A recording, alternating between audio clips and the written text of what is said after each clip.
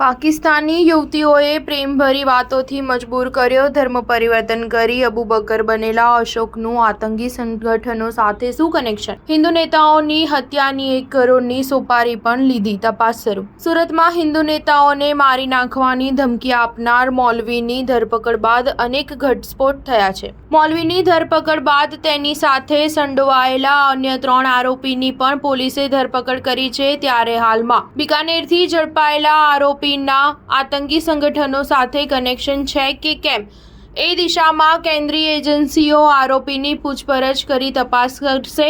સુરતના ઉપદેશ રાણા સહિત હિન્દુવાદી નેતાઓને હત્યાની ધમકી આપવાના પ્રકરણની તપાસમાં રોજ નવા ફણગા ફૂટી રહ્યા છે. ક્રાઇમ બ્રાન્ચ દેશદ્રોહી પ્રવૃત્તિ કરવાના સંગીન આ કેસની ઊંડાણપૂર્વક તપાસ કરી રહી છે. દરમિયાન બિકાનેરથી ઝડપાયેલા અબુબકરના રિમાન્ડ મેળવી કરાયેલી પૂછપરછમાં ચોંકાવનારા ઘટસ્ફોટ થયા હતા. પાકિસ્તાની યુવતીઓ સાથે ઓનલાઈન ચેટિંગ કરવાના ચક્કરમાં બિકાનેરનો અશોક સુથાર હની ટ્રેપનો શિકાર બન્યો હતો. પાકિસ્તાની રૂપસુંદરી ઇકરાએ ઇસ્લામ ધર્મ વિશે વધુ માહિતી માટે પાકિસ્તાનની હાફિઝા આયશા નામની ટીચરનો સંપર્ક કરાવ્યો હતો. હાફિઝાએ અશોકને ઓનલાઈન કુરાન શરીફ શીખવાડ્યું હતું. ત્યારબાદ ઇસ્લામ ધર્મ અંગીકાર કરવા માટે પાકિસ્તાનના મુફ્તી જમશેદનો સંપર્ક કરાવ્યો હતો. આ મુફ્તી જમશેદે વોટ્સએપ પર સંપર્કમાં રહી ઓનલાઈન 22 થી 25 વખત કલમા પઢવી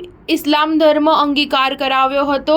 મુફ્તીએ જમશેદે જ અશોક સુથારનું અબુબકર એવું નામકરણ કર્યું હતું. ધર્મ પરિવર્તન કર્યા બાદ અબુબકર ઓનલાઈન પાકિસ્તાનના લોકોના સંપર્કમાં વધુ આવ્યો હતો. 4 ન્યૂઝ 7 હંમેશા સચ્ચાઈની સાથે.